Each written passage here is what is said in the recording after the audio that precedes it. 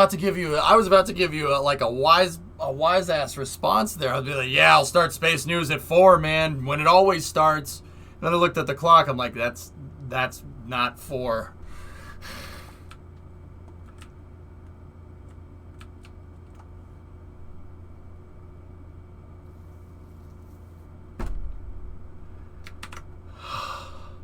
We'll work on another iteration tomorrow.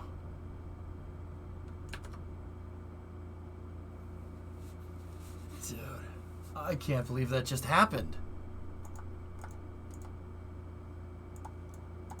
I'm gonna take a break and go get something to eat.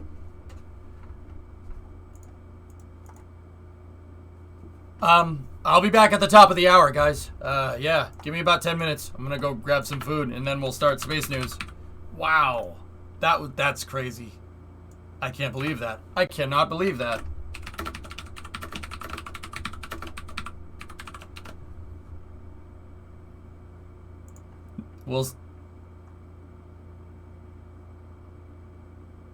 I missed it, Gaw. All right, I'll be back in a second. Give me about 10 minutes.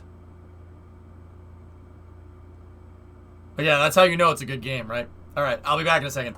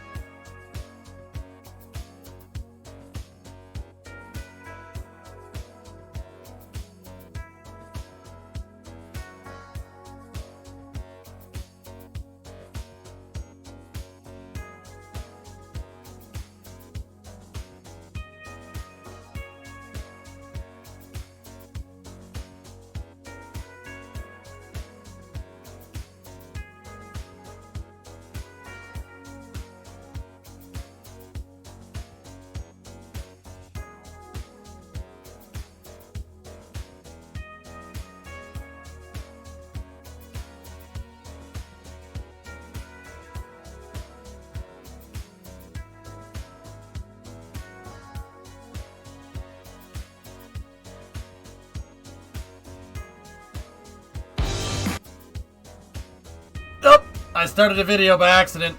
It's alright. False alarm. I'm almost done eating and then we start. You saw nothing.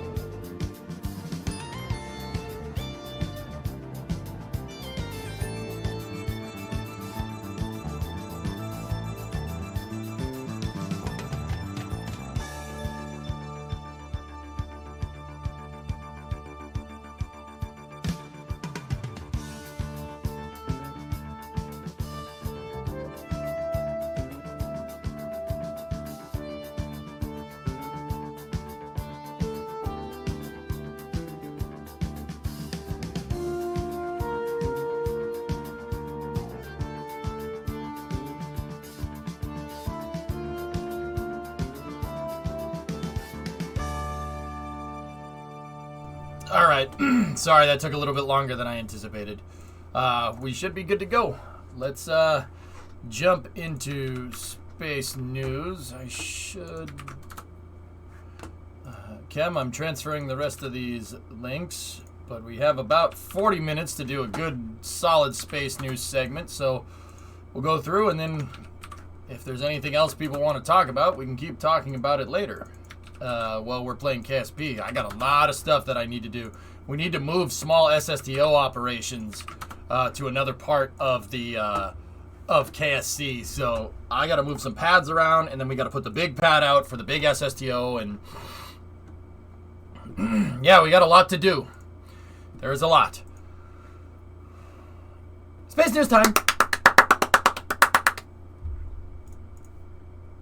All right, let's start with that video that I blew your ears out with because NASA doesn't know how to balance audio. I apologize. It still is my fault. I should know this by now. But we could start space news off with this. This video is a new NASA video that was released today called "Get In, Astronaut. We're Going Exploring." Get in.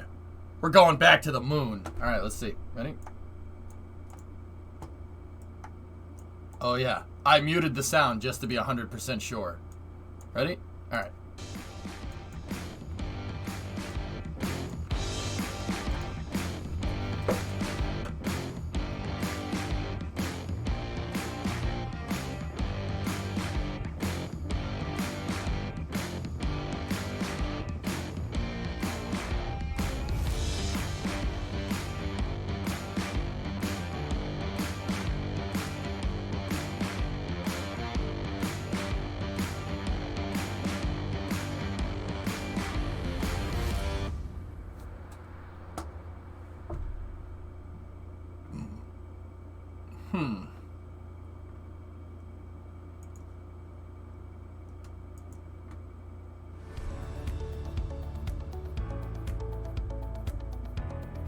That's it? The moon rover? That looks like a desert patrol vehicle. Looks like a dang DPV. Do we have like a good picture of it? There we go. Huh. Alright. Well, that's pretty neat. Safer by what standards? The other ones were 100% safe. Nobody ever crashed on them. What's the metric? Oh, it's a 3-seater. Look at that. That's just a DPV.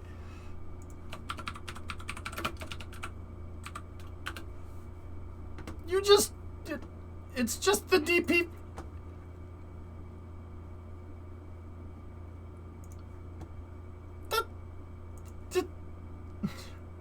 Literally just a DPV. I wonder if they're like working on another rover. I haven't heard anything about the rover program, but that's interesting. Anyway, let's keep going. They broke a fender on one rover. It's clearly dangerous. Yep.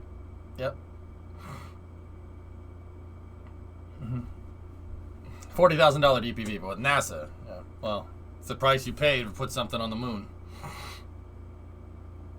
Send a Tesla truck and call it good.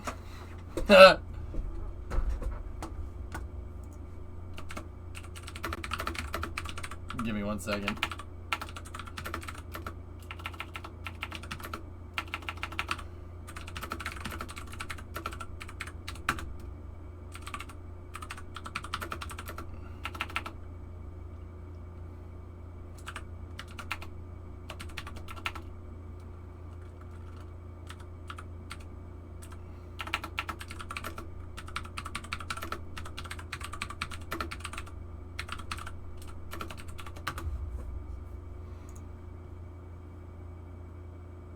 Alright. They tweeted that they were looking for idea submissions for the rover. Oh, they put out an RFP. I got it. Okay, cool. Got it. So, the next two pictures here are from Mike Seeley and Stephen Marr over at NASA. Mike Seeley's We Report Space, and Stephen Marr's NASA spaceflight. We got footage of Marmac 302 coming in with the booster that delivered CRS-23 the other day. We stayed up late Saturday night to watch CRS-23, the first Falcon 9 to launch in a couple of months. deliver a cargo dragon up into space and come back down and land on a short fall of gravitas. This was the... Excuse me. This was the first... This was the first landing on Marmac 302, a short fall of gravitas, ever. This is a brand new drone ship. SpaceX has 3 drone ships in the fleet now. Just read the instructions. Is a Mark 1 drone ship that's at the Cape. It's actually over in, if you could look to your left, it'd be over here somewhere. There's, of course, I Still Love You, which is a Mark 1 as well.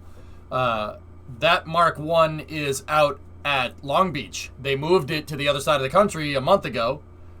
And then drone ship number 3 is a short fall of gravitas, and that's a Mark II drone ship. It's very different looking than the other drone ships, but it seems to, like, they took the drone ship design and kind of really, really optimized the design. And I mean, they made it look aesthetic as all hell. Finally, reusable boats. Yeah, right? Look at that thing. That's a cool looking ship. But yeah, that Falcon 9 landed dead center, huh? Look at that thing. It's right inside of the yellow circle. That's real good. Real good landing. Okay, just a little bit off. Little teeny bit off there. But yeah, these pictures are taken by Stephen Marr over at NASA Spaceflight. You can see Slick 36 is in the background over there. LC 46 is over there. You can see Slick 37. Slick 40, 41, and then way off in the distance is the 39A fixed service structure. That's where that first stage launched from. See that tower out there? That's where that first stage popped out of.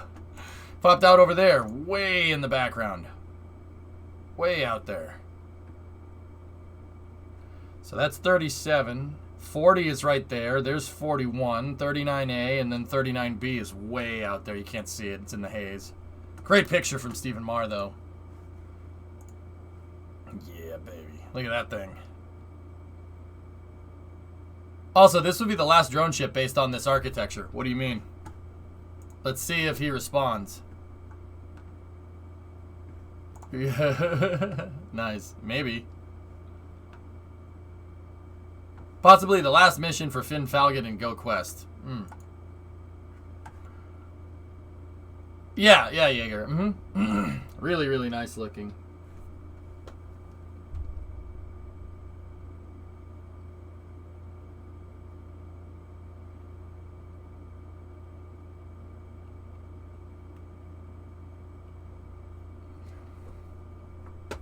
Still trying real hard for fairing captures? No. Nah. SpaceX abandoned trying to catch the fairing with the nets. It's not worth it. It was damaging the fairing too much. So they just let them go into the water, and they actually built 2 new ships that are specially designed for fairing recovery. Yeah, basically what they do is the fairing's on a parachute and it lands in the water. They waterproof the fairings, basically. They made the fairings watertight on the aerodynamic side. Discovery, go at throttle up. So the fairing lands in the water, and then they basically have a boat with a crane that just drags it along and picks up on the parachute rigging, and that's in the water, and they just pick it up by the parachute rigging and put it in the boat. Simple. Yeah, a lot simpler. Yeah, they gave up on catching it in the fairing. It's not worth it. 18-month resub. There's my booster. I love it. Your booster. Nice. Yeah. So, cool thing. This booster right there has actually delivered 3 Dragons into space now. Crew 1, Crew 2, CRS-23, and actually, did 21 go as well? I forget.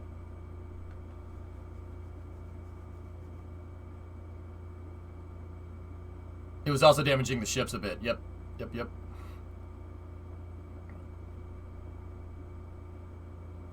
Yeah, okay, Boxy, I got you. This booster did Crew 1, Crew 2, and SXM-8. Yep.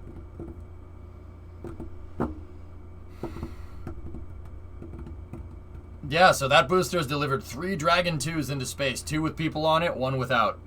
And a satellite. That was its 4th flight. Yeah, no big deal. Nah, just 4 flights, guys. It's just 4 flights. Anyway, Great pictures coming all around here. So, next thing is, speaking of 62, 15-month resub. Thanks, man. Speaking of first stages, ULA yesterday at Space Launcher Complex 41, the Vulcan Centaur Pathfinder was filled with liquid oxygen for the first time. There it is.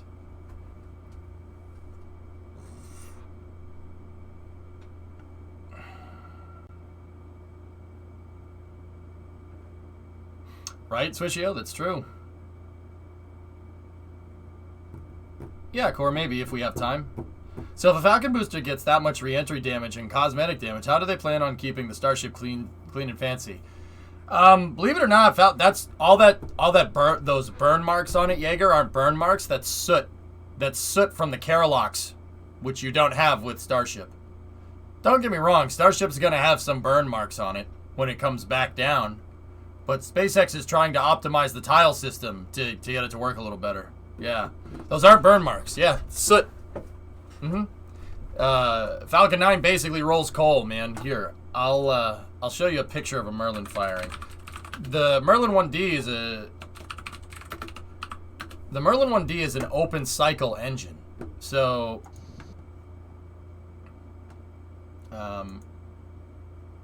here.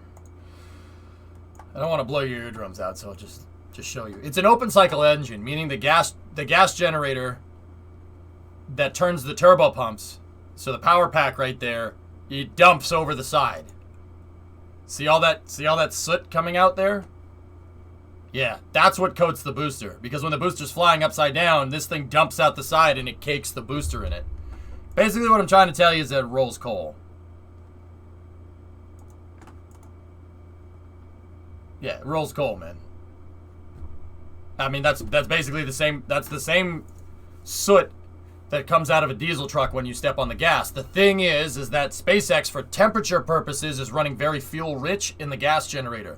That's why there's a lot of black smoke coming out of this thing. You see all the smoke that's come. I mean, it's a lot of soot. That's unburnt carbon, and you can see it getting deposited all down here. That's unburnt carbon, and yeah, the reason they do that is because they run very fuel-rich in the gas generator to keep the temperature down. Yep.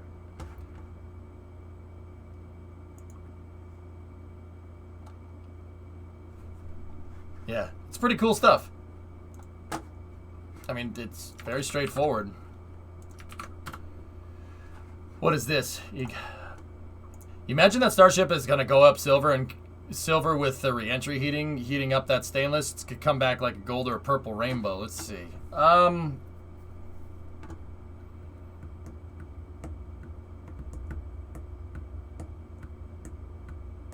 You might see some of this going on here. The stainless shouldn't get that hot. The tiles should be doing the majority of the work. If the stainless is turning these colors, then you got a problem. There's a problem with the re-entry. I'll bet you it'll twinge a little bit. You'll get, in some spots, you'll get this. I'll bet you. Maybe even just quenched. Something like this, dude. Maybe. Like, but if it's getting over here, then you got a big problem. That would be, I mean, it would look amazing, but if it's getting over there, then you got a little bit of an issue. So anyway, ULA filled up Vulcan with liquid oxygen. That's the Pathfinder test core, which is cool. That's a huge thing. That's a huge bonus for them. They're working on getting the core stage ready to go and doing parallel testing on the BE4 first stage engines for it. Vulcan should be gearing up for a launch pretty much sometime in 2022, earlier rather than later in 2022. But that's a huge milestone for them. Good stuff. What temp will the ullage gases be? Hot gas, dude. Autogenous pressurization, Phil. Hot gas. No soot. The Raptors are clean. Yes. Pretty much. Raptors run really clean. They do not leave a lot of carbon emissions. The reason why, first and foremost, is because they're using methane. So methane, what's the chemical composition of methane? CH4. CH4 and O2, you hit those together. You might get a little bit of unburnt carbon coming out, just a teeny bit, not enough to like see it like that, like the Merlin engine. But you might get a little bit of it. But for the most part, it's a very clean burn. Everything gets burned off. The second reason why you're not going to get any emissions is because of the stage combustion. The stage combustion ensures a very, very, very, very full efficient burn. Basically, Raptor operates at such a ridiculously high chamber pressure that it's getting more oxygen and more fuel in there, and it's burning all of it off. I mean, those engines run extremely hot, extremely hot. Yeah, they run very, very, very hot. That's why Raptors, when we saw like 10 SN 8, 9, 10 try to land, the engines were voiding themselves because they altered the fuel mixture even a little bit, and the engine's basically just like, nope. That thing is just like right on the verge of working, at least. And well, actually, it's not. But Elon has said that they're gonna strangle that design. They're gonna wring more water out of that design even more, which is pretty nuts. But yeah, because of the full flow stage combustion, Raptors generally don't. I mean, it's emitting something. Something's coming out the back, but it's not like that. It's not like the Merlin engine, like Russian engine hot. Yeah. Mm-hmm.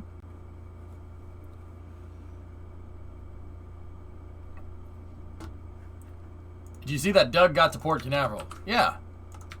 We can... Yeah, I could show that picture. I think I have that already. No, I don't. Thomas did link it, though, but here, we'll go. Will Starship be people first, fuel second, just like Falcon 9? That's kind of risky for transporting 100 people at a time. You'll probably need to do operations simultaneously, Swishio. If they want to make it work like an airplane, you have to they fuel the airplane while people are boarding. I mean... Makes sense. Anyway, so these are the fairing catcher ships that I was telling you guys about. SpaceX bought 2 gigantic ships. These are huge, man. They're bigger than the Go Searcher. The Go Searcher and the Go Navigator are 170-foot DP1, so it's 170 feet long. This thing is way bigger than that and way wider. It's about twice the width. Who took these photos? Jenny Houtman took these photos for Supercluster here. Look at these pictures. Wait, is that lumber? It is. It's lumber. Guard that with your life. So this thing is designed to pull the fairings out. I'm not sure why they built this bulkhead here on the top. Well, not a bulkhead. Why this deck is here. I don't know why that's there. SpaceX bought 2 of these things, and they named them Bob and Doug. To be honest with you, see, Doug, Port Canaveral. The name is from the DM1 or DM2 astronauts.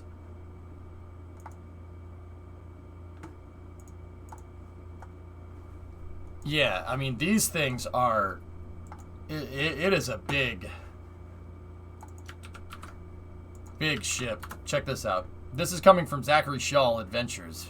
Let's see, for Next Horizons.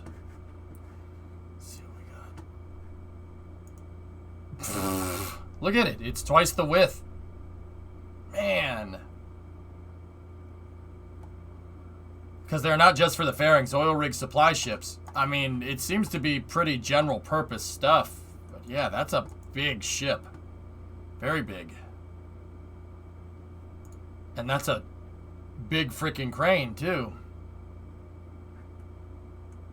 Cool. Dynamic positioning. See the arrow, or see the propeller logo right there? There should be another one up at the front. Yep. It's a dynamic positioning ship, meaning that there's propellers that go... There's the propellers, the screws that go backwards, right? And then there's screws in the hull that go left and right. And you can make the ship do this. The ship can go forward, it can go back, it can go left, right. You could do anything with it. It's dynamic positioning, meaning it can kind of station keep with an oil rig, for instance. There's also a huge winch underneath the platform for ASDS towing. Oh. Yeah, look at that thing. Damn, boy, she's thick. Can it fly? The boat? Can the boat fly? Okay.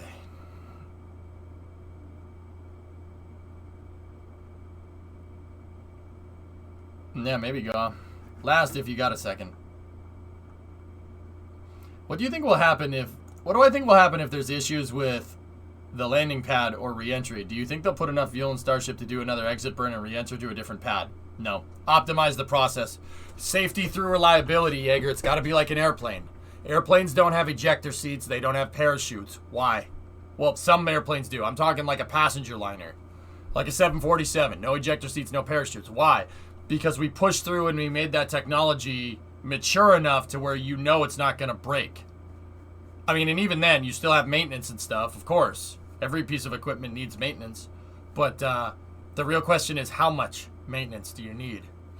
So, no, Starship will not... It'll carry enough fuel during re-entry just to land, and that's about it. Because airlines don't like fun. Okay, next bit of news. This is coming from Inspiration 4, which is the Falcon 9 with Dragon to launch with people on board. That is happening in the middle of September, so in about 2 weeks. Let's see. Inspiration 4 stopped by SpaceX's Dragonland in Florida to check out their ride and go for a Dragon test drive. Final preparations for the crew, spacecraft, and rocket continue ahead of liftoff in 15 days. There it is. September 15th.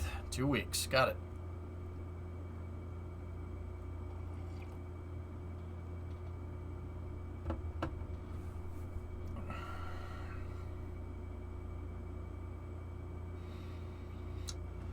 Dragonland is SpaceX's facility where they refurbish and do final checkout on Dragon. It's basically the hangar for Dragons. That's really cool. I can show you guys where it is if you want.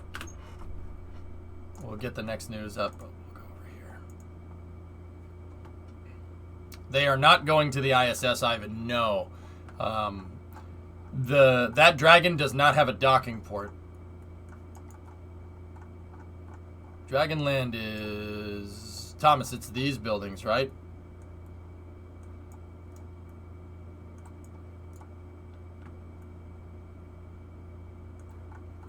Yep, that's inside of these buildings. This is where SpaceX refurbishes the Dragon capsules.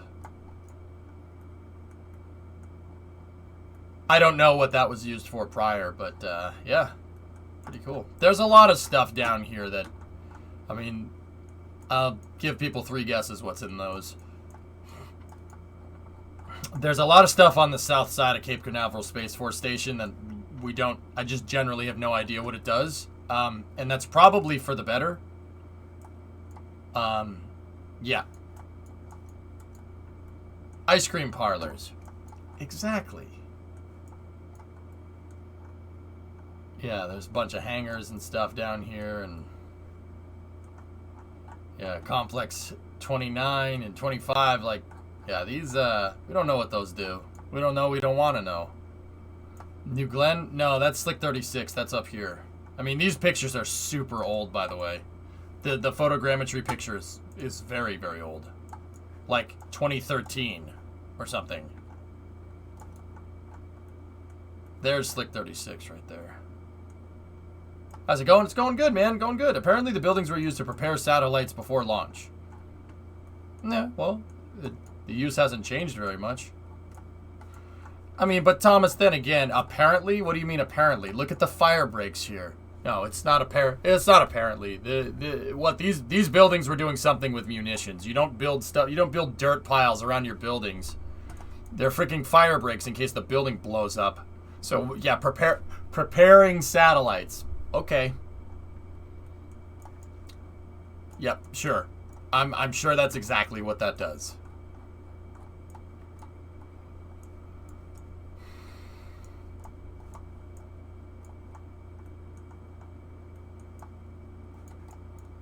There's the landing sites. Hey, look at this. Look at the updated picture. Who's doing work in here? Oh, aerospace company, yeah. Ah, some work's being done. Ah, more work is being done. Very nice. Very nice. Yummy, yummy. Yeah, that's relativity. That one is relativity, right? They got 16. Cool.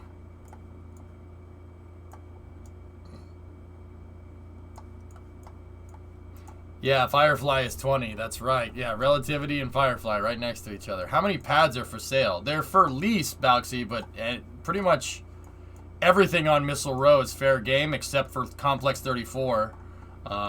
That's where Apollo 1 happened, so that no one's ever using that again.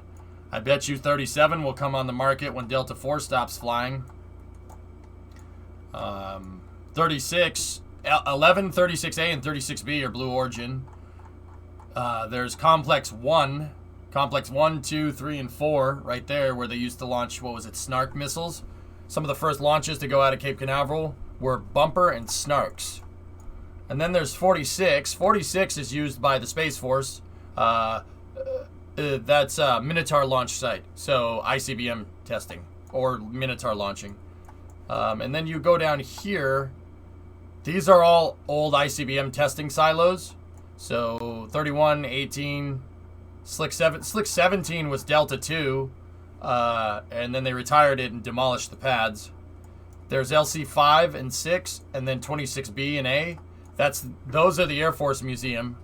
LC5 is where Mercury Redstone took off from. Yep. That's where Alan Shepard launched. First American in space. Right there. And then the first American to orbit the Earth, John Glenn, launched from LC-14 over here. Also a monument. There's the Mercury 7 monument there. I've seen that up close. It's really cool. Would recommend. And then you go down here, and then there's some missile testing and whatnot. This is the side of the base that I don't really know what goes on here, and I don't want to know. Because if I knew, I'd probably be in a prison cell. That's the range operations center right there, the Morrill Operations Center. Notice how it's fenced off. They don't want anybody getting near that. That's the range. Discovery, go at throttle up. Bradley, 22-month resub. Why are some SLC and some LC? Why do people spell... I'm trying to think of a name that can be spelled different. Why do some people spell Steven with a PH and the other people spell it with a V? I don't know. Because they can. There's no real naming distinction there. You know? It's just this one that some of them are slick, some of them aren't.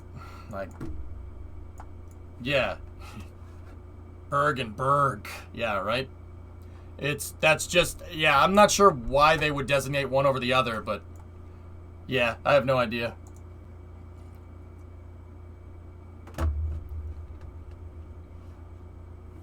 How'd you get your streaming set up into prison? That's some skill. Nice. All right. This is coming from Jamie Grow here. NASA and ULA push Landsat 9 to the net data 923. Current pandemic demands for medical liquid oxygen have impacted the delivery of the needed liquid.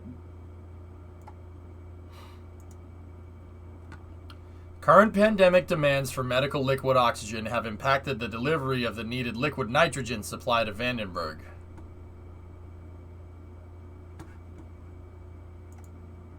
I don't...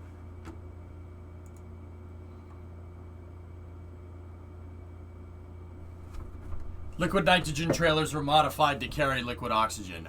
Okay, I was gonna say, do we not know the difference here? N2 and O2 are made at the same time. I'll tell you what I do, man. Make two cryogenic things at the same time, man. Damn straight, always wanted to do that. Yeah, I figure I could hook that up, because, hospitals dig dudes with money. Well, not all hospitals. The kind of hospitals that would treat me would. Good point. Yeah, they use the O2 in the ventilators, guys. Yep. Should have started a LOX N2 and Crane Company. Yeah. What Tomas was talking about, okay. Still pretty new to the channel. First time really looking at your background. You love it? Hey, thanks, Strangelove. I'm glad you like it. Hey, just a quick rule of thumb. After midnight Eastern time, you can curse your eyes off. I don't care. I curse like a sailor after midnight because I'm tired. But during the day, I run family friendly. So yeah, no, I dig it that you like the background. Just keep it if you can keep it classy for me. Keep it classy for me. We will have no problems. All right, we're good. Understood. Sorry. No problem, dude. It's all good. Dude, it's strange. I'll be honest. I say run classy, and then the Astra launch the other day, where the thing took a right off the pad, and I gut reaction went, oh, Nikes, Oh, man. My midnight or yours? Are you in the Eastern time zone? Midnight Eastern time, guys. I don't know how I could possibly explain that even like anymore. I can't pull over anymore, man. Pull the vehicle over. I can't pull over anymore. He's already pulled over, man. He can't pull over anymore. There's only one midnight. There's only one return, and it's not of the king, it's of the Jedi. Same rules as Cartoon Network. Well, I'm a cartoon. Self-burn. Right. That clip has like 50,000 views. Nice. Dude, that was totally gut reaction. Oh, crap. You know? What was even wrong with that launch? An engine took a dump. One of the 5 Delphin engines in the first stage took a dump right after they released the rocket. So all engines are running, everything's good. They released the rocket, and right when they released it, an engine went and the thing went whoop. But the way they engineered the vehicle, basically in the event of a catastrophic engine failure, that was basically worst case scenario for those guys, like absolute worst case scenario. Usually when a rocket launches and the engine fails, right off the pad, bad stuff happens. Here, I can give you a good example. Watch. This is the Atlas Centaur AC-5 launch in 1965. Watch this. I don't know, Tars. The engine failure, most likely. Oh, yeah. See, that's the vernier thruster up there. Yeah, Fozilla, that's right. Okay, good release there. Yep, everything looks good. Everything looks real good. Vernier's compensating just fine. And combustion instability on that left engine. Nope, you're coming right back down, and good night.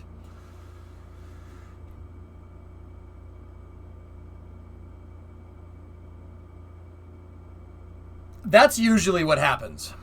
Yeah. That's usually what happens when you dump an engine right off of the pad. A bunch of things can cause it. I don't know. I don't know what caused that one. It's up to Astra to figure that one out. We've had an anomaly. We have to secure the area? Yeah, that was the AC-5 launch. They had 3 good engines, and then they let it go, and one of the engines just like, nah, but I'm a little tired. Well, you could have it happen. Then the explosions. The fact that Astra engineered that redundant capability to get the rocket away from the pad in the event of an engine failure is pretty damn impressive. Like, I get it, a failure doesn't spark much confidence in the company, but the fact that they would take that kind of stuff into account and then see it work is really, really impressive. That's really impressive engineering. Guys, so what I'm trying to tell you is that it was supposed to do that. It was supposed to go left. Well, not exactly left, but it was supposed to compensate and go up and then terminate over the ocean in the event of an engine failure like that. It was supposed to do that if they detect an engine failure, which is pretty nuts. That's some pretty damn good engineering right there, if I do say so myself. Years around here, 2 double Jess have undecided. I'm still not a regular. XD asking for link perms. It's the toxic fallout around Baikonur. Well, you were subbed. That's why you never got regular status. But there you go, my man. You got it. Just ask before you post. But yeah, it's still good. So what's the current situation on the Bezos lawsuit, Riv? I haven't heard anything. Here, I might have a sound clip. I might have a sound clip here. Here you go. Here.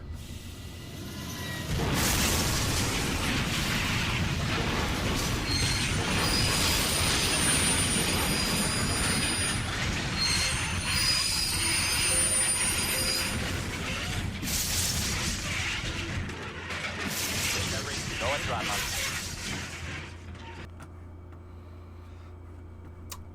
Train wreck. And then, boom!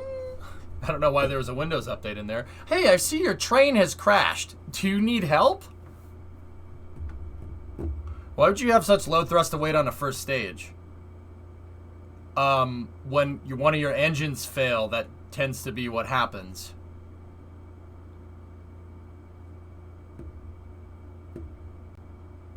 Welcome to Chinatown Station. Ooh. Clembo, thanks for the 7-month resub. Sack ladder 14 or before that. Qualifies as a critical stop. Rapid deceleration and disassembly. Rad. I meant with all the engines, it's only 1.25. 1.25 is just fine off the pad, Boutsy. That's like saying, why would they make the car that way if it only gets 70 miles to the gallon? I don't understand why they do that. No, 1.25 is what you should be shooting for. That's perfect.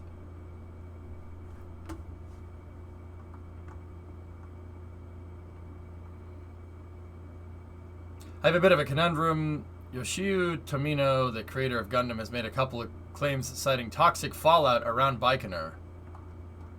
What? Who cares? Like, what? What?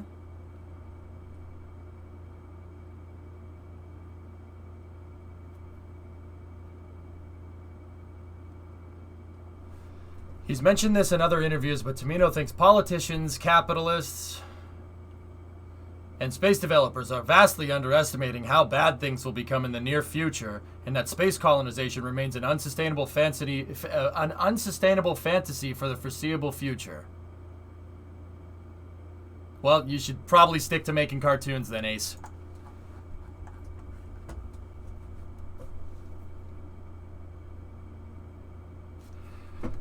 Yeah, Megas, I did that. Bush League. Bush League, bro. Bush League. That doesn't make any sense.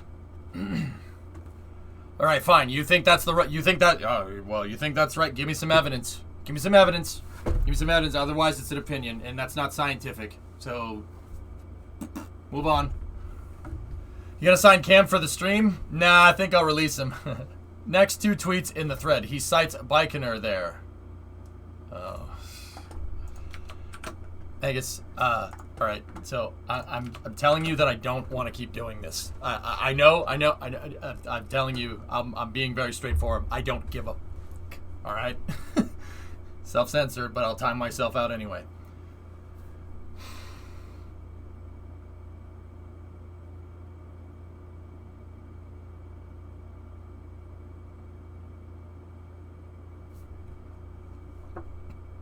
Puh. Wow. This person quite literally has no idea what they're talking about.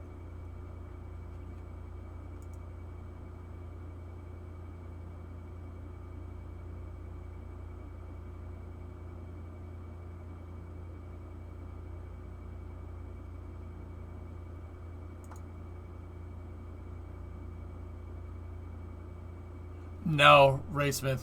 No, drop in the bucket, man. Wow. Megas, I don't think I've ever heard something so stupid. What?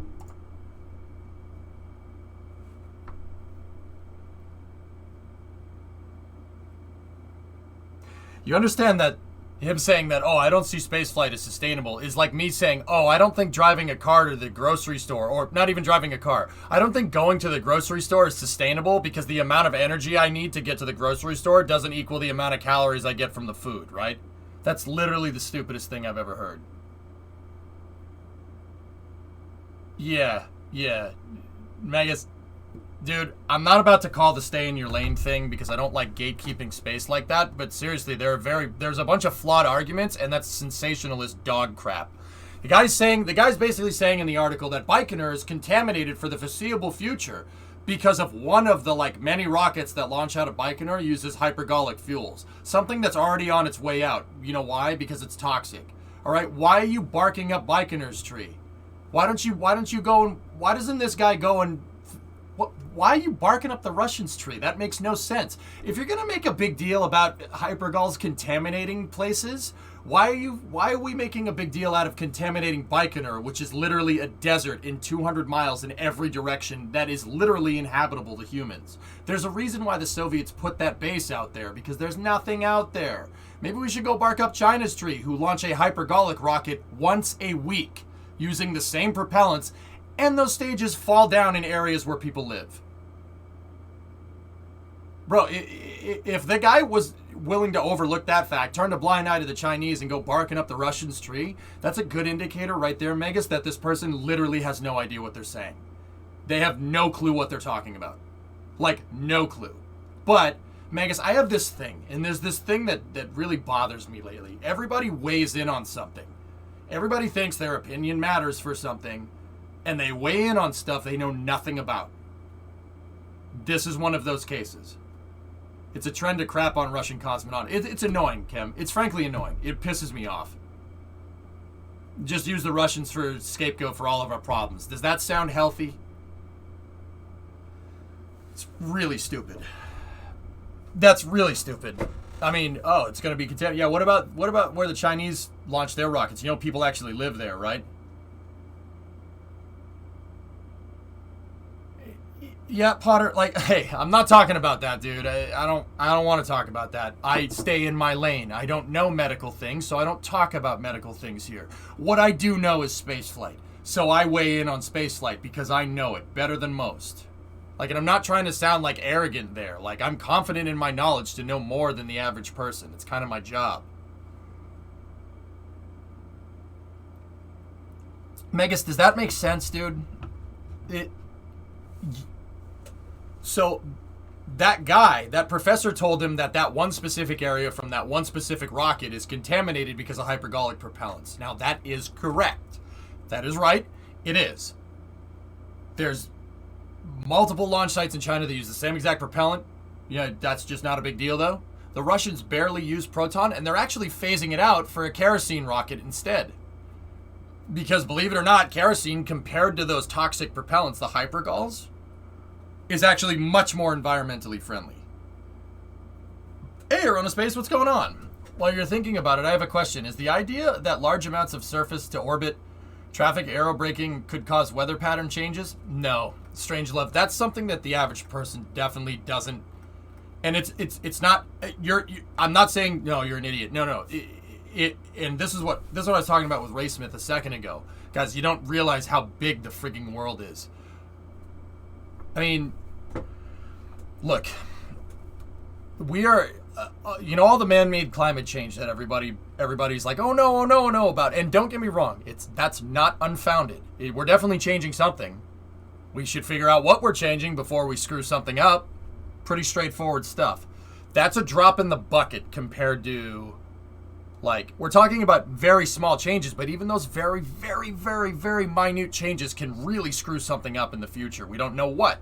That's why everybody's like, no, it exists. No, it doesn't exist. No, it exists. Because it's kind of subjective at the time. But either way, the good thing to do would be to monitor it. So we should launch more things into space. Boom, boom, boom, boom, boom, boom. Segued that back one right into space. Or segued that back right into space. Boom. No.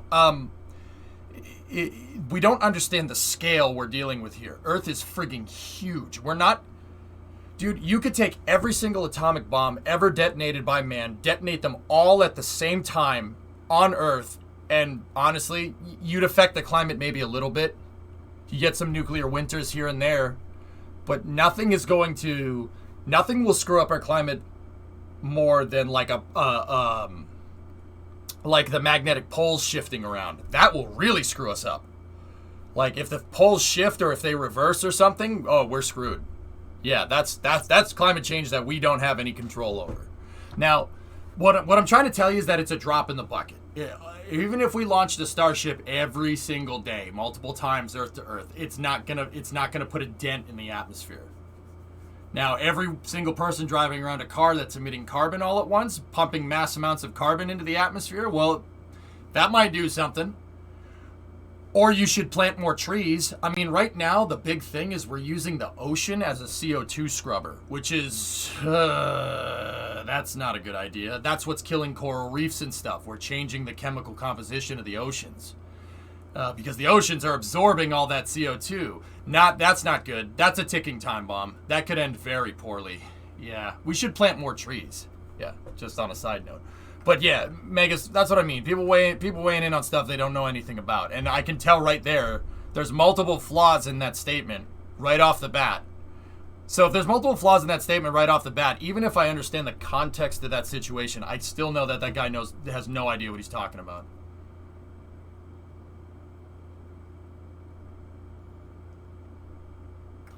All right, cool, Megas. Yeah, no. It's not, yeah. Dude, dude, Gundam's sick. Stick to making cartoons, homie. Like, I don't mean to be mean, but you're weighing in on something you know nothing about. And don't get me wrong, Megas, I'm not... that happens to me sometimes. I do that, and I'm pretty sure I know, but I don't. But somebody in chat usually corrects me, and you know what? I'm cool with it. Cool with it. But, dude, oof. I don't know how wise it is to weigh in on stuff, because people are going to believe that. But hey, whatever. You can't stop people from saying whatever. You know what I mean? You know, like, I don't agree, and I think that's completely wrong, and I think what that guy is doing is borderline unethical. But I wouldn't stop him from saying it. I wouldn't say, no, you can't say that. I'm just don't be afraid when I'm going to say, no, you're completely wrong. You should be ashamed of yourself. You know? Because modern rockets are crippled, Switch. Yep, because you, a cartoonist that made Gundam, Tamino, you know more about Elon Musk than spaceflight. You know more than Dmitry Rogozin and Tory Bruno and Jeff Bezos. You know more than all of these guys. You're just collectively going to make a blanket statement like that saying you know more about spaceflight? Nope, the thing's fundamentally flawed because I heard something from a professor one time about how Russia, how the area around Russia is contaminated due to rocket launches. I talked to a professor once, so I know more than you.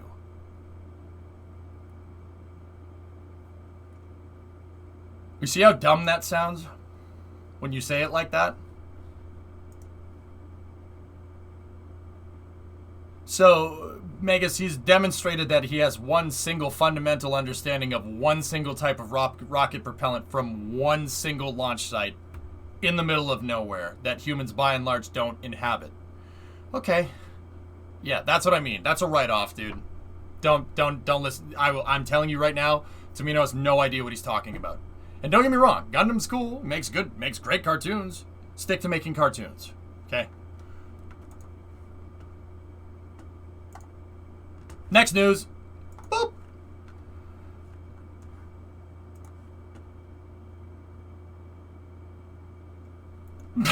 Next news. All right, let's go. So this looks like integration footage for the Prichal, the Uzlavoy module here.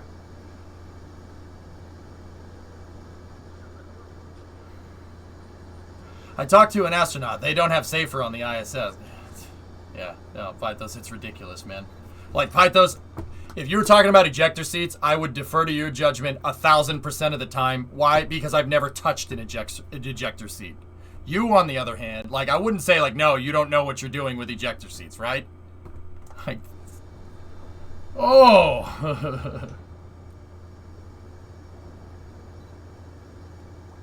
Man, that's annoying.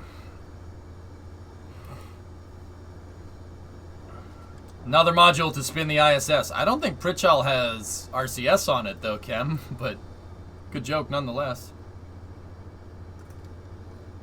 Yeah, we already talked about that one, Prod. Pretty cool.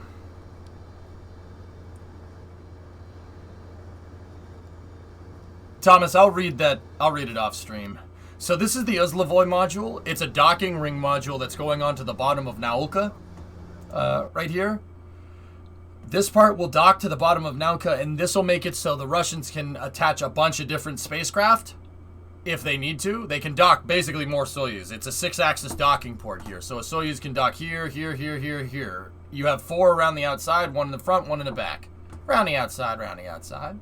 This is the next module that's the Russians are going to launch up to the ISS. It's happening in November of this year. Yeah, and you can see that that's probably most likely going to happen because the module is here at Baikonur, where they launch, which is also toxic. Sorry, I couldn't help it, Megas. They're getting ready to launch it here, and its service module is on the Soyuz processing stool over there. Yeah, that's right, Synerd. The utility module, that's what this is called. It's called an uzlovoy. Prichal is the proper noun for the module, right? But it's a it's a utility module.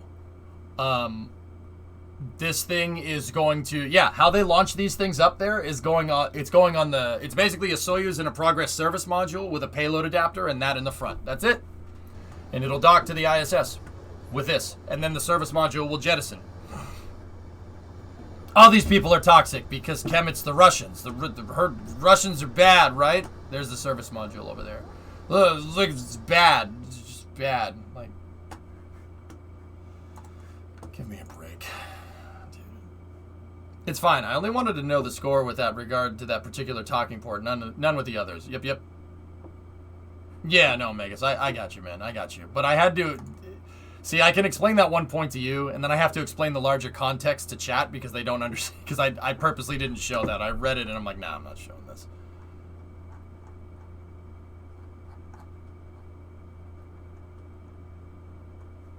I want to read the rest of that thread later, though, just so I can get a good laugh.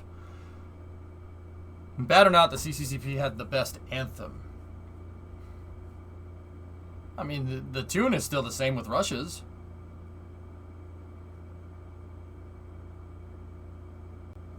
I wrote a TLDR, but that seemed insulting.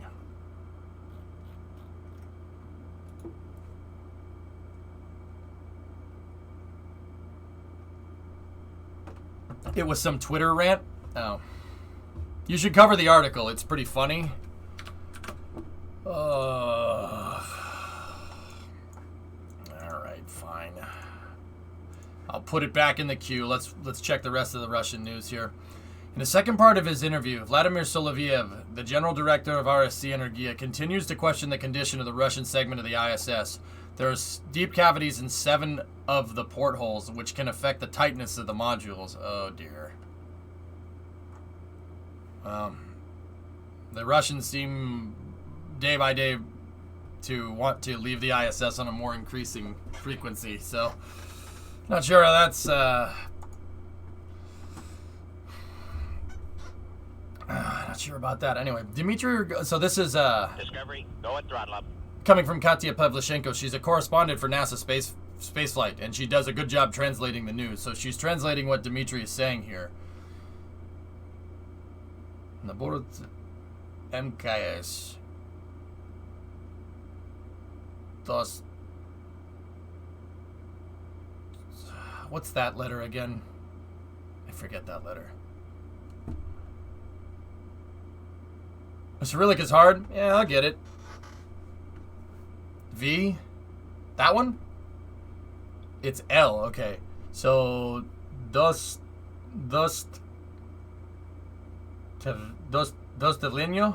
Lenyo?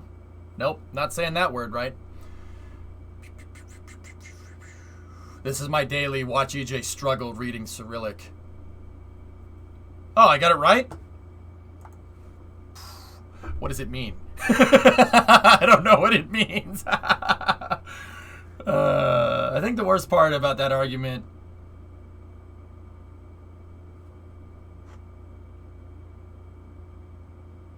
is that he's looking at activating his using. This is probably how the astronauts told him, we haven't used Safer on the ISS yet, which is the astronaut probably meaning like, yeah, but every astronaut that we send out with an EVMU has a Safer unit attached. Like, Pythos, you know how I feel about semantics. Like, makes me want to headbutt a wall. Like, dude, there's a time to be detailed. There's a time to be very deliberate in your statement. And there's times where you're just talking, and people always try to... Like, if you're having a regular conversation with people, you're not going to be like, well, actually, you know, like... people well actually in the wrong times. You know what I mean? Dostavleno. Delivered. Got it. All right. Dmitry Rogozin said special equipment has been delivered to the ISS to inspect the hulls of the Russian segment modules.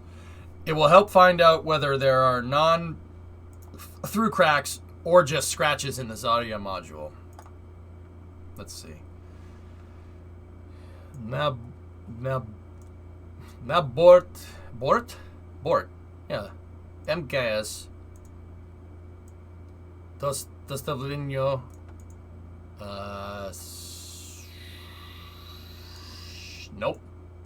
Nope. My brain defaulted back to English, damn it. Bort.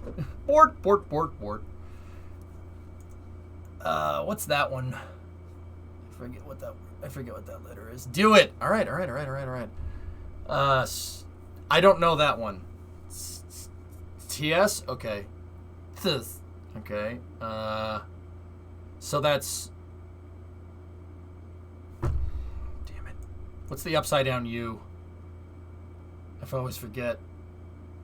Oh man, this is going to take a while. I'm only going to get a couple of words, dude.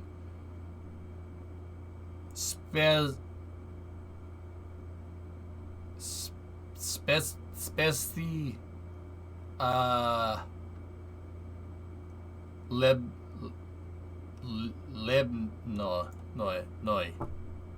Nope.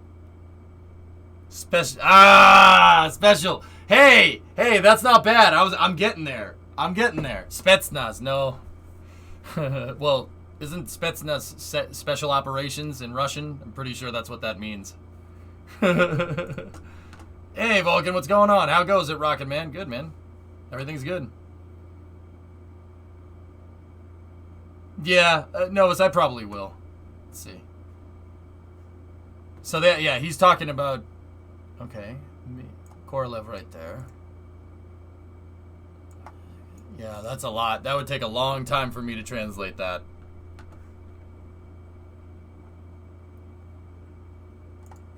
No? Oh, Soloviev. Yeah. You're right. Yeah, I mean, obviously, but yep. Yeah, okay, so that's what, I mean, it's what. Wait a minute, hold on. So, that's Vladimir Soloviev. So, he's...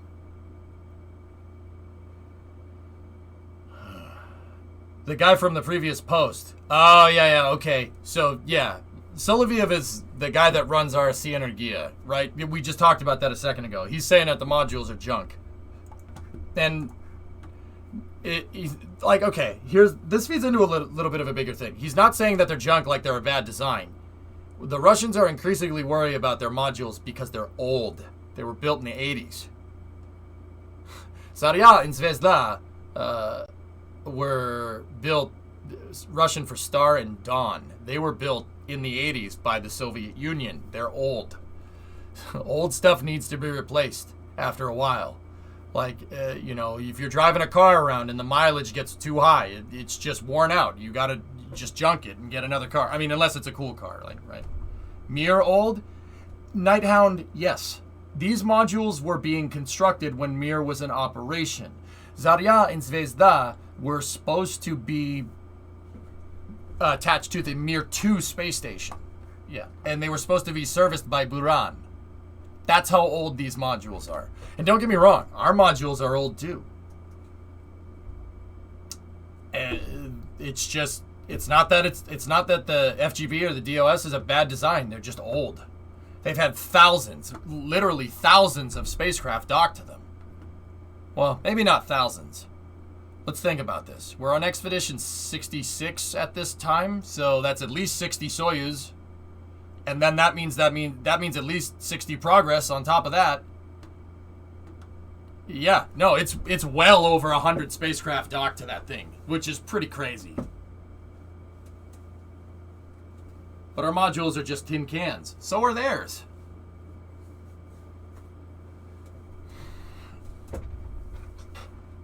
Discovery. Yeah. Throttle up. Hey, Rotor. What's up, man? 17-month resub.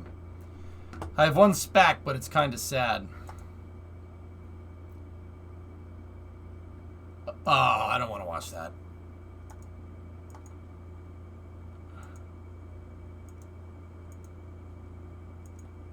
I don't want to watch that. No, Phil, we don't need to watch that.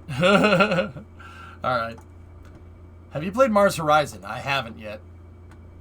It's a really fun game, but I know you have a lot of games on at the moment. I haven't, Bino. There's only so much time in the day, my dude.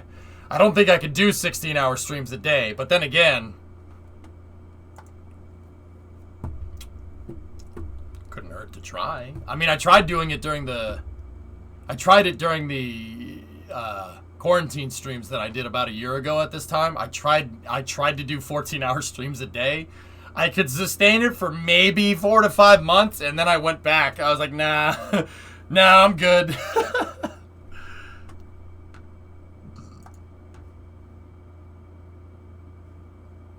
Oh, that's cool. The bittersweet part is they kept... Hey, well, that's cool. At least they kept the peace. Anyway, next news coming from Katya Pavlichenko. ESA astronaut Matthias Maurer will become the first astronaut in 12 years to perform a spacewalk in the Russian Orlan MKS spacesuit. So the ISS Orlan suit. It's the Russians' extravehicular suit. That's what they use for going outside in. Together with Peter Dubrov, he will work with the connection of the European robotic arm in January 22.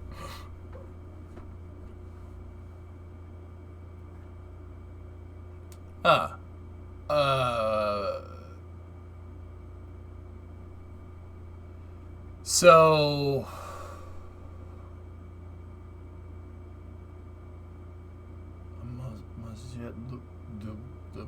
that's Peter's name right there. I mean, Discovery, go at throttle up. So it might be him, it might be somebody else. Is that what that says? Oh, could be Scap. Okay. Your boy's getting better. I'm getting better at this. I'm getting better. I'm getting better, dude.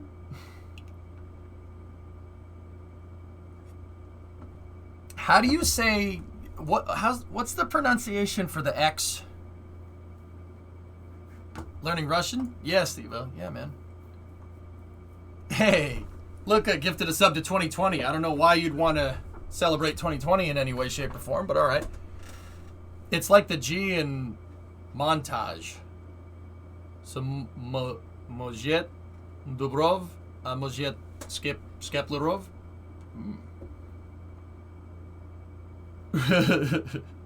I'll get there. 2020 had Crew 1 and Starship program. I mean, Orange Gamer, yeah, that's more current events. The space current events over the last 3 years have been very nice. They've been very good. Everything else is kind of... could be better.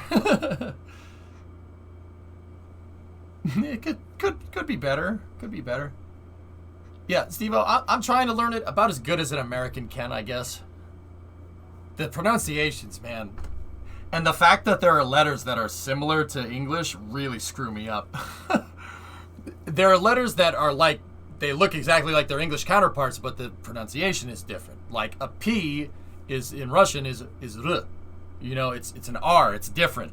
And then B is V, you know, B is V. And C is S. It screws with me a little bit. But I'll get it. I'm getting better. Discovery, go at throttle up. American can 100% learn Russian. Don't come up with excuses. I'm not.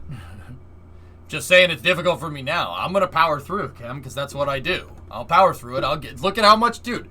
I practice Russian, what? 10 minutes a day? 10 minutes. Maybe talking with you guys every once in a while. But I've been doing that for 10 minutes a day for like the past 6 months. It builds up over time. Never heard of Google Translate? Google Translate doesn't teach you anything, Tian.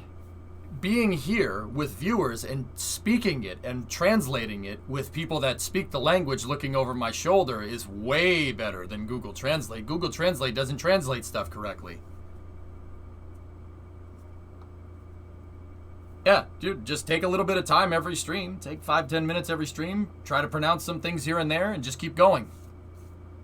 I'll admit I have been studying a little bit off stream just to kind of really get the ball rolling, but yeah. Plenty of YouTube videos out there. I mean, there's always these guys. There's always these guys if you wanna get some Russian down. Here. Всем привет!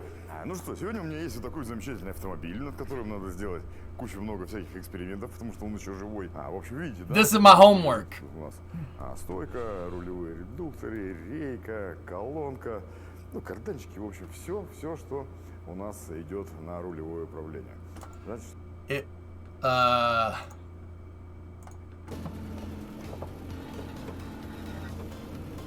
It's a nice Samara.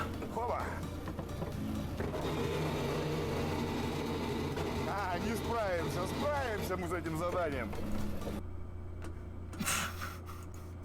That noise though. That noise though. How much does the KGB pay you? Remedez, the reason why I'm learning Russian is because I cover the Russian space program here on stream, dude. The KGB doesn't exist anymore. It's the FSB now, okay? I love that channel. That channel's the best. Those guys do stupid things to cars. It's really funny. It's like forgive my language, it's like a Russian version of Jackass, but with cars. It's great. Sleeper agent. How do I know that you're not the sleeper agent?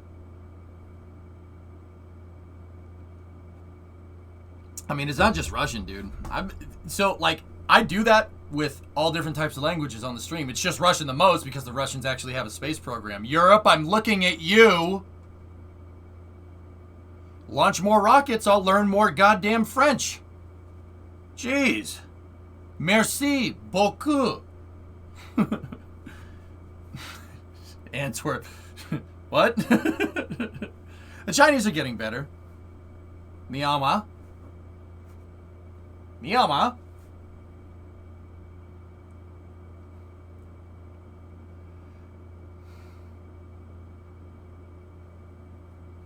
Netherlands did space exploration with glass a long time ago. Yeah, chat. You're what the French call l'incompétent. Nice, Ezwa. Good reference. No, they didn't, Zaz. Oh, décollage. I'm feeling stared at dead in the eye as a German and Swiss. Sorry, Bruder. All right, couple bit more pieces of news here. Let's see. Speaking of European space programs, Germany has officially ordered we move the production of Vulcan and Da Vinci engines from Vernon to Germany because they contributed more monetarily, and I just feel pain.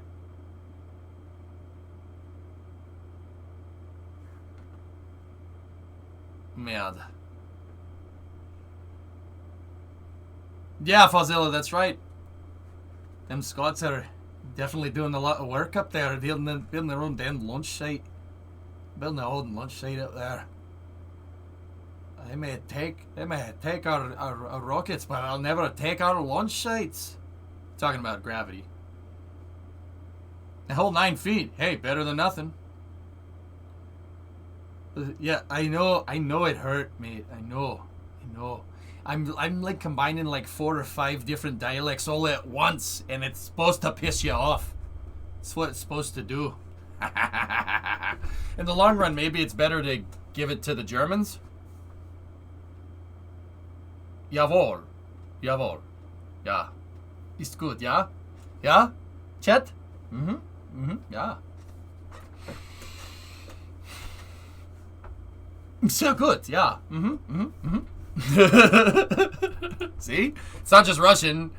Dude, there's people from all over the world that watch. I pick up all different little bits from all different types of languages.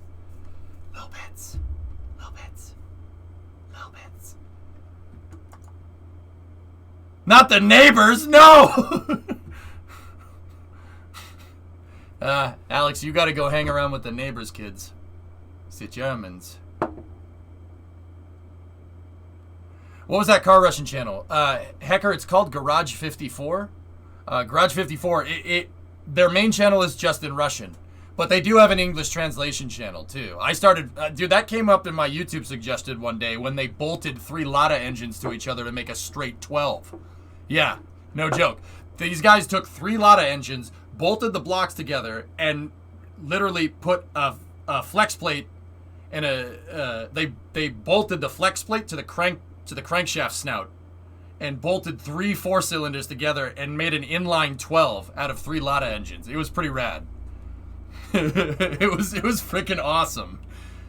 Gem, I still like the Zilvaz. They took a Russian truck engine from like a heavy truck. So this would be like taking an engine out of like an F-350, and they put it in a Lada. A 7.4 liter F3, like 7.4 liter big block in a car that's like a little bit bigger than a smart car. And then they put a turbo on it from a turbo diesel. Yep. The other day, they took a Toyota engine, a Toyota diesel engine, like a 1ZT diesel or whatever. It's a little turbo diesel out of a minivan, right? They took it out of the car and they buried it in the ground, and then they put an intake and an exhaust and a wire coming out, and they started it underground. And then when it was done, they just left it in the ground. And then they dug it up a year later. Yeah. Like, they just dug it up, and then they dug it up, they took it out of the ground, they brought it back in, they didn't rebuild it, but they drilled, because it's a diesel engine, they drilled out the fuel line holes and put spark plugs in and then put a carburetor on it. So they took a Toyota engine.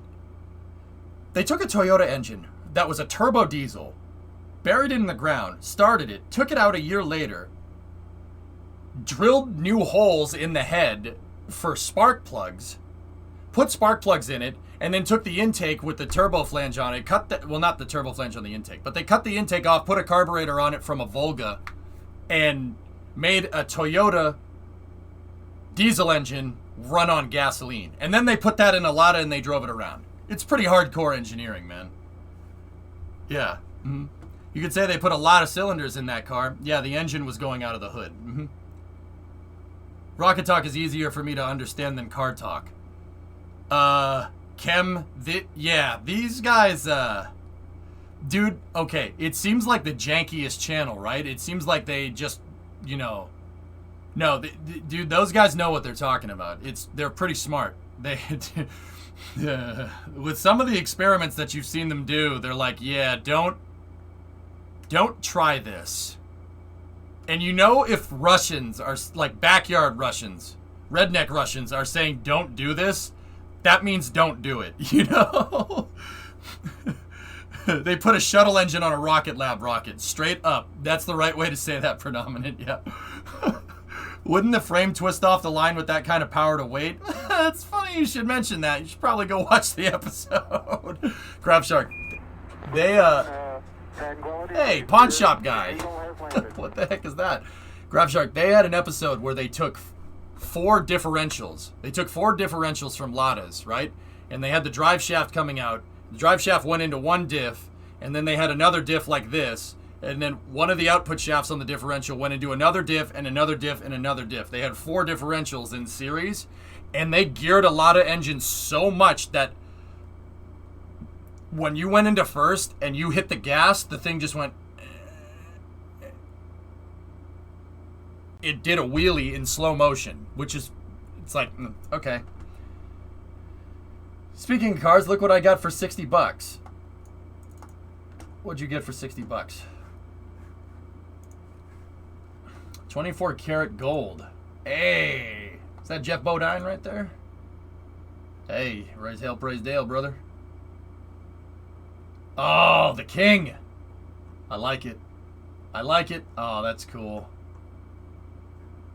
That's cool, man. Very cool. I don't know where I went, but that's still cool. What am I looking at? When does this happen in the movie? Looks like the green screen got messed up. But anyway, let me fix this. I'm back. What did you say for Russian? What did we translate? We translated Dmitry Olegovich talking about some ISS modules. Anyway, we got one more bit of Russian news, and then we'll We'll look at the Eric Berger article for the lulls. Oh, all right. That was redundant. The next article that I had teed up was one that we already saw. Cool. So here, Dorora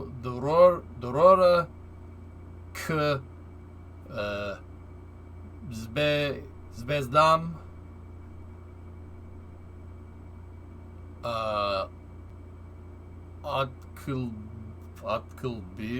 Bita. I know what it says. It's been translated before. The road to the stars starts here.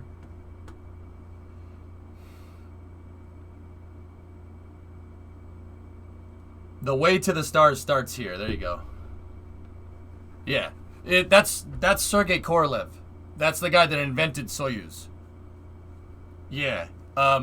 Literally one of the smartest guys to ever put his mind to rocket science. Ever. Zvezdam is stars. Yeah. Because I know that because it's Zvezda. Zvezda, the service module on the ISS, is star. Zarya is dawn. Yeah. See, what Korolev brought to the table was building an integrated, so Goddard, an American, Robert Goddard, invented the liquid fuel rocket engine. The rocket engine was invented by the Chinese hundreds of years ago. Thousands, maybe. I don't know. I got to brush up on my Chinese history, I guess. Goddard invented the first liquid fuel engine. Hermann Oberth and von Braun in the 20s and the 30s and into the 40s took Goddard's research and made the first integrated rocket. So Goddard built the engine. Von Braun and Oberth were the first guy, and more von Braun than anything, was the first guy to take rocket engine, fuel tank, liquid fuel tank, oxidizer tank, put it on top of each other and make something out of it. That was the first, launch vehicle, right?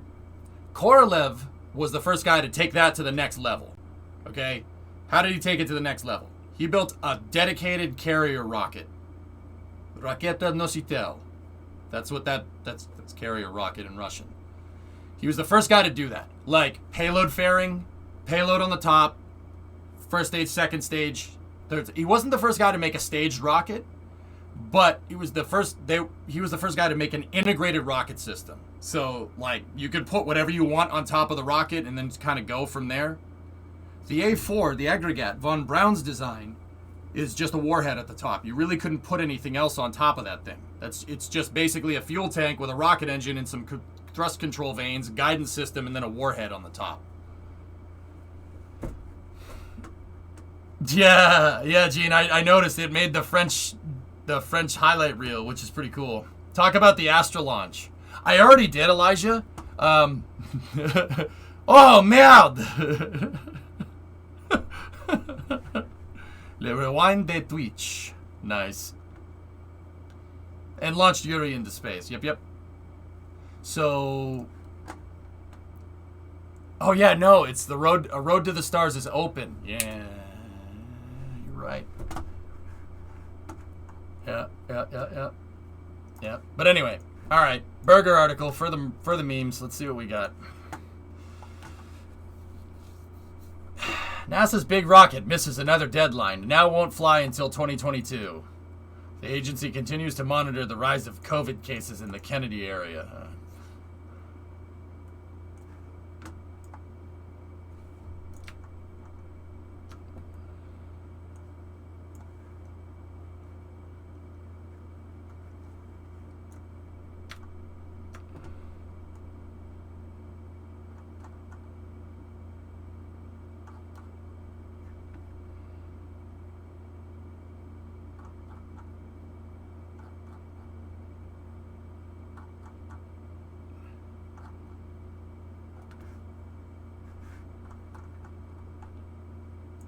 I can name a more iconic duo.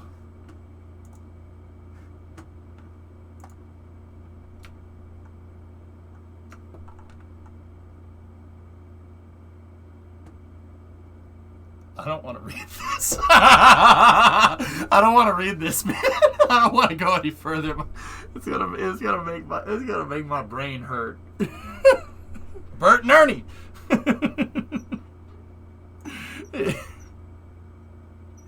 Dude. Yeah, I know, drummer. I know. Back to the whole French engines going to Germany. Apparently it was vastly over-exaggerated, but an article claimed that Germany, investing much in space and industry than France, could basically buy out the jobs at Vernon in order to gain the heads required for other German-based companies that are also making their own engines. This has not happened yet, but the French-based... Oh, you guys do that too. Yeah, okay, good to know. Frankenbeans. I believe this rocket should commit itself to delaying to next year before this next year is out and delaying again until the next year. Just got it worth. Did I miss KSP? No, KSP will start in about 20 minutes. About 20 minutes. All right, let's keep going. This week, an agency spokesperson told ours that NASA is working towards a launch for Artemis 1 by the end of the year. However, a source said the best case scenario for launching Artemis 1 mission is spring of next year, with the summer being being a more realistic target for a test flight of the heavy lift rocket and the Orion spacecraft. Why am I not surprised?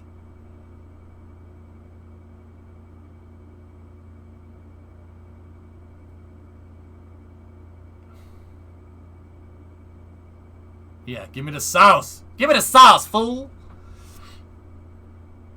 The space agency is already running about 2 months behind internal targets for testing and integrating the rocket at Kennedy Space Center, and the critical pre-flight tests remain ahead.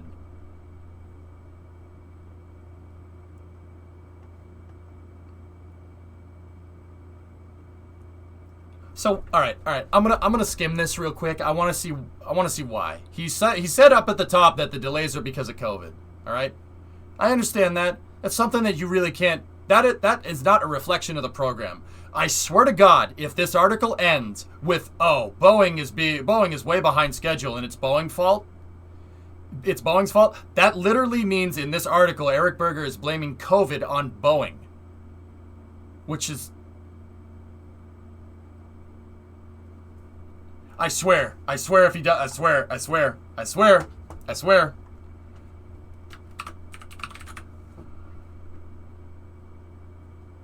Let me see. That's my theory. I haven't read the article yet. Let me see. So, Control F.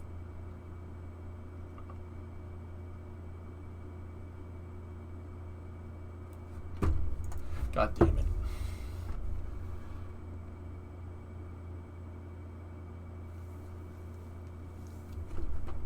Jim, I don't want to.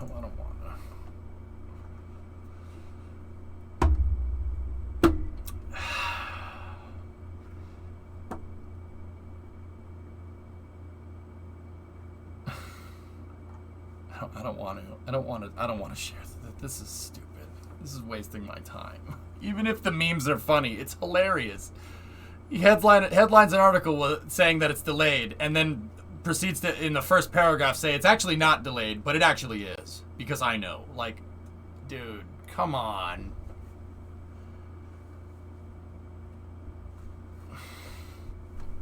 I'm offering you an out.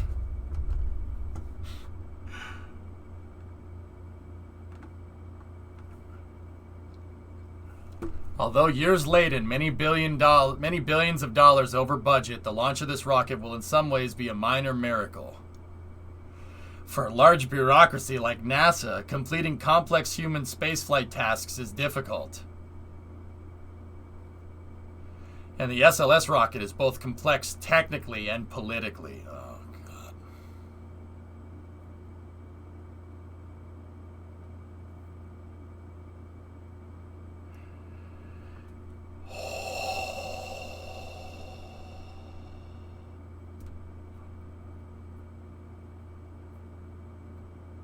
Vulcan, this one's particularly bad.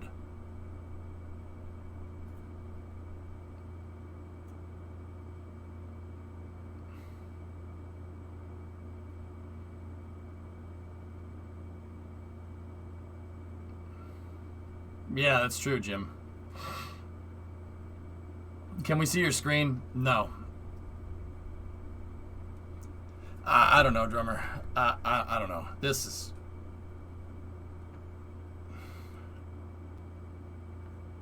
Concerned about job losses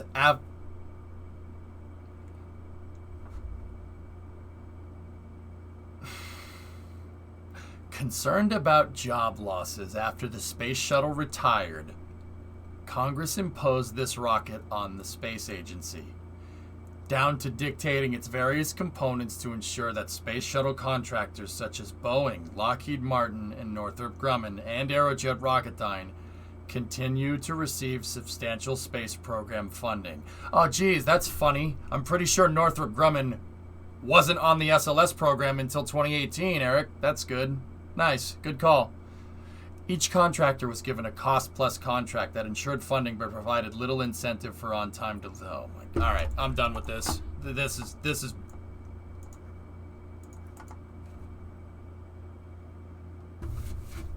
Wow. That's what I needed for a bingo. Thanks. So, okay, he says the delays are because of COVID, and then proceeds to say that it's not. The delays are because Boeing, Lockheed Martin, and Northrop Grumman wanted to keep the jobs. So the delays for the program are actually because Boeing bad, and Northrop Grumman bad, and Lockheed Martin bad, right? Is that what I get from this?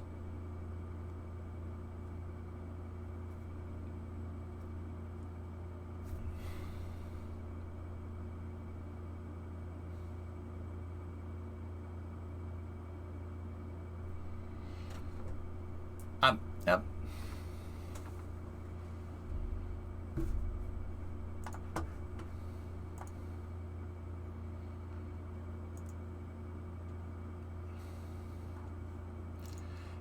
See, like, okay, here's the thing, fellas. All right, I'm only gonna talk about this once, okay?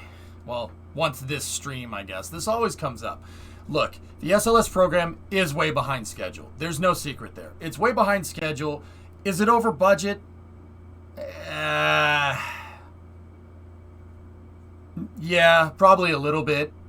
But there are things that do delay it that are outside of NASA's control. Okay, so these COVID, for instance, good example. A lot of people don't remember. A lot of people are seemingly forget that the SLS program is behind schedule by at least a year. At the very least, a year due to nothing in NASA's control.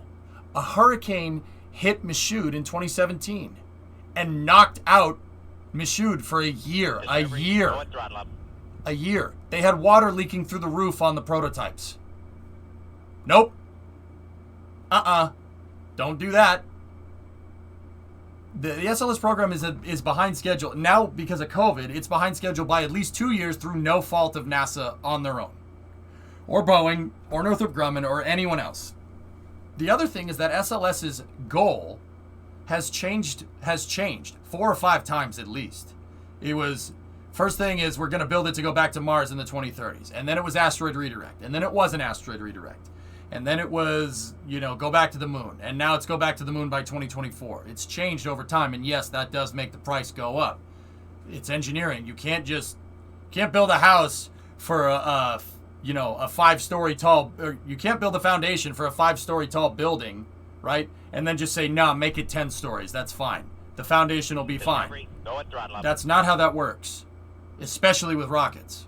Hey, Jalal, 22-month resub. Michoud got hit again the other day. That's right.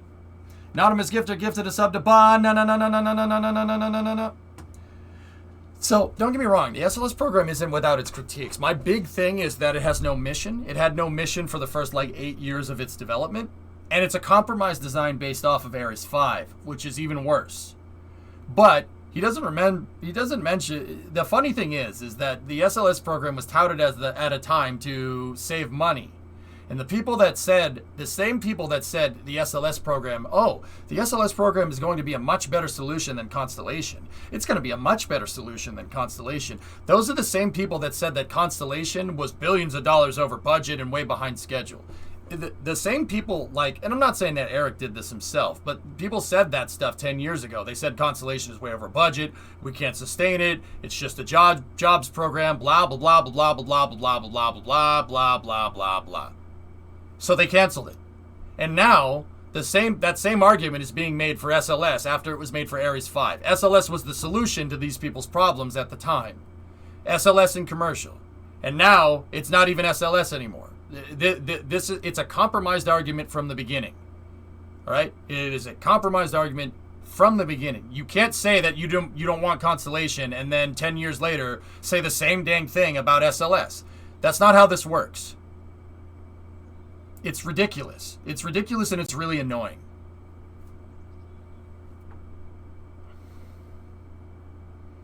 Yeah, floating. There you go.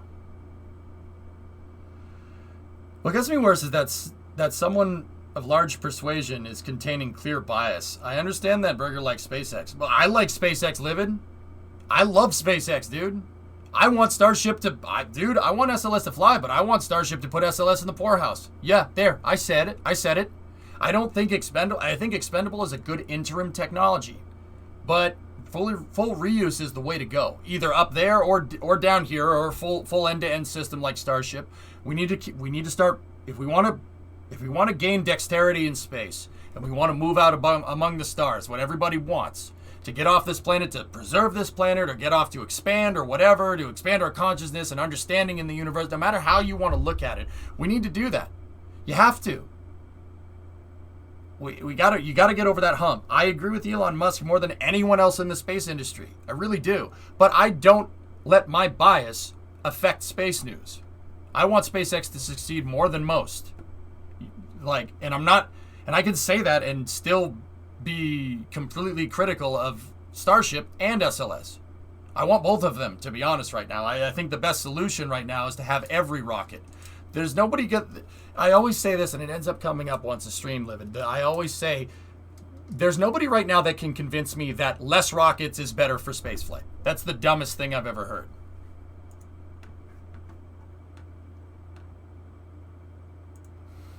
It's just... Are you really a space fan? Like...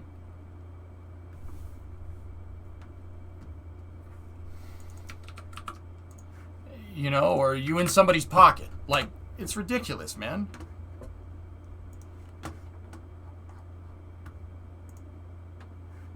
Okay, Vulcan. Cool. I'll check it out.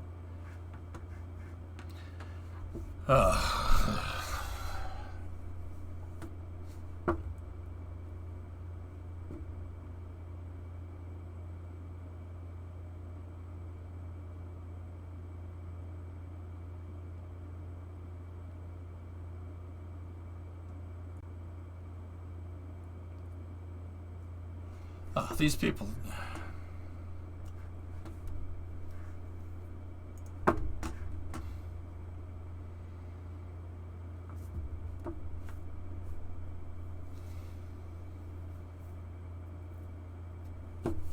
Yep, Phil. Nah, no conflict of interest there, right?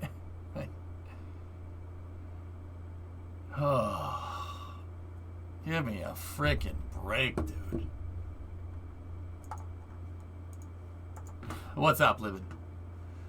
I'm here every day, and I know what you're about. You're the most unbiased person I get my news from. Thanks, man. I'm just trying, dude. I mean, I don't know. It's just... I can't believe that. I can't believe that from an ethical standpoint, you could report the news like that. I'm not even a journalist, and it's gross. That's disgusting. Like...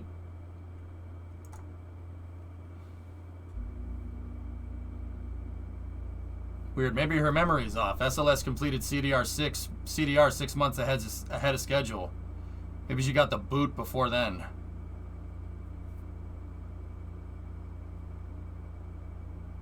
See, no, I don't get it. I don't get it. I don't get where these people are getting this information from. I seriously don't. Guys, I report articles, and I have people in the industry that work in the industry that are telling me the opposite of what these people report. Straight up. And I can't say that. I have to give you a reason. I have to go and explain funding and how it works and compromised architecture and stuff like that. I have to go explaining it.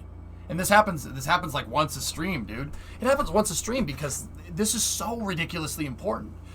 There seems to be and the reason why it's important is because there seems to be an underlying kind of mentality here that if you cancel SLS, that money will go to SpaceX or go to a commercial contractor. You know what's most likely going to happen if you cancel that? Nothing. Nothing is going to happen. Nothing. You cancel the program? No. You don't... Funding for programs in government agencies does not work like that. You can't shift it. You don't shift. There's no lateral movement of funding. That's bullcrap. And anybody that seems to insinuate that has no idea how funding works for NASA. It's very, very, very troublesome. That's not right. That's not right. That's not how that works. I know 95 IM. It's pretty cool. No, don't worry about it, Alex. Yeah. If they cancel SLS, what does NASA... Well, TJ, every time we said we could cancel it and someone can do it better, we end up with a trending negative capability. We said the shuttle could do it better than Saturn V, and we didn't go back to the moon. And then we said commercial can do it better than the shuttle, and now we have no down mass capability. Now we went back to pods. We are trending downward, and see that right there? That's a parroted statement. You know who I parroted it from? That guy. Tim Dodd's second video on his Starbase interview with Elon Musk. It's a downward trend because of that mentality. Oh, Bandit, it's terrible. It's terrible today, dude. It's terrible. It's terrible. It is.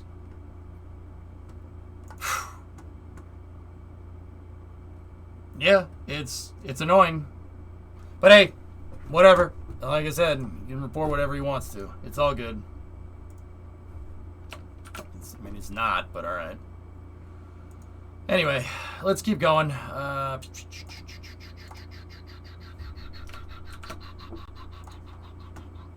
Who's in the Wario costume? Wario.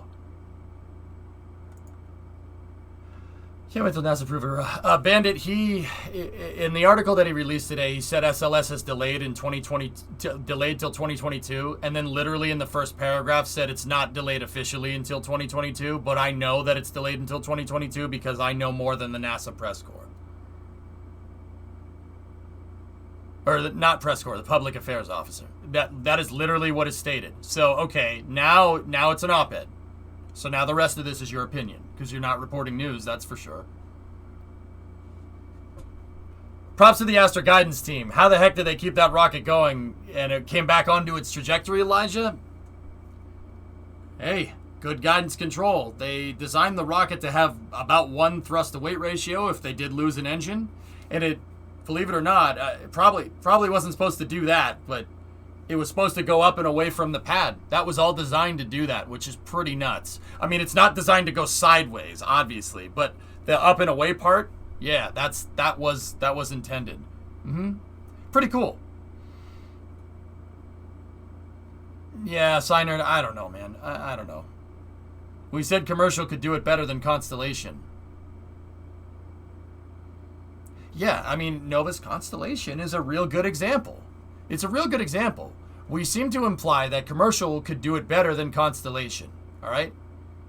And there seemed to be an implication at the time that if we canceled Constellation, that money would be going to commercial. The reality of that situation is you just straight up canceled Constellation and you just kept the funding going for commercial.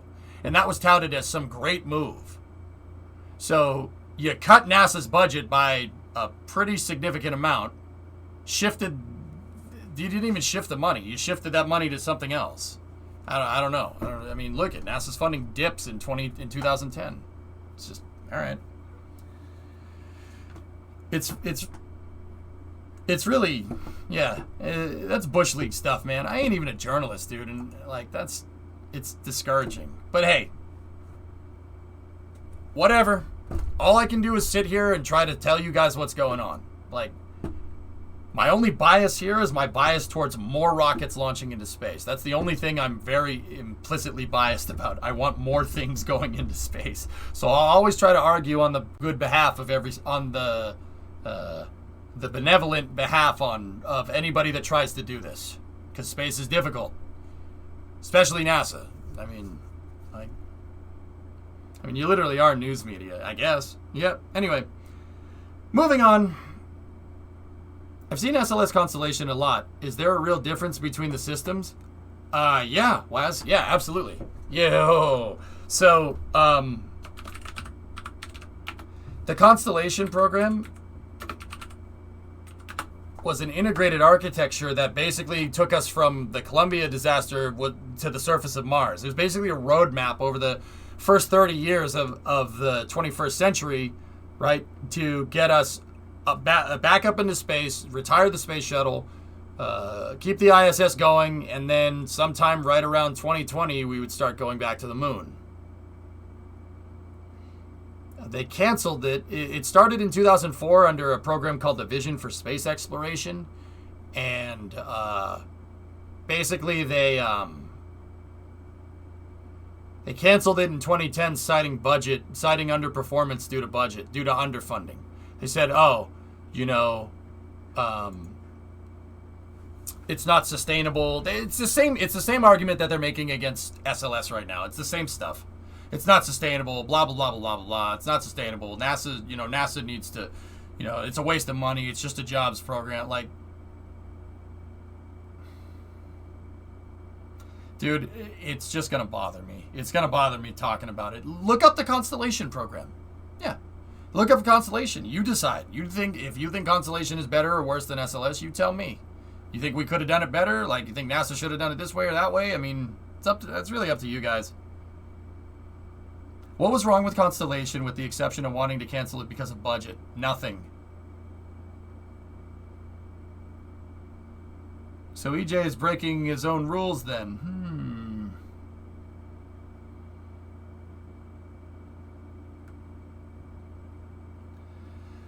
All right, fine. No, we won't use this as an opportunity to curb crappy space opinions, though, drummer. Papa Bear. Let's not. Let's just not explain it. Let's just not explain it and just concede Derek's judgment, right? Yeah, okay, cool. All right, I'll move on now.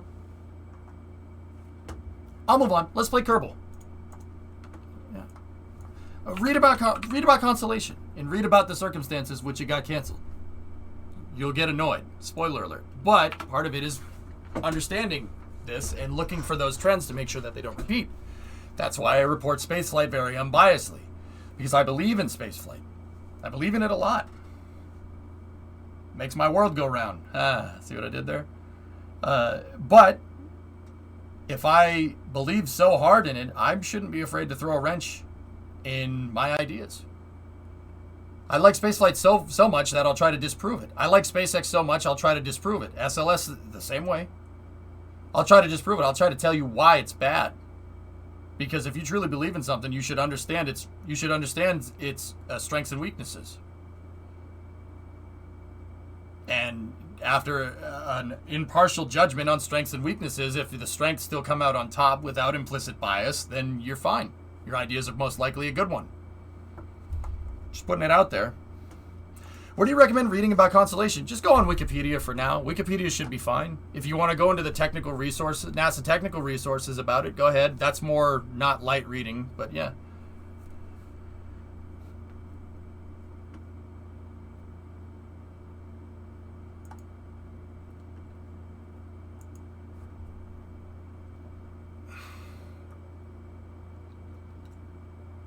Outrage sells. Yep, you're damn right.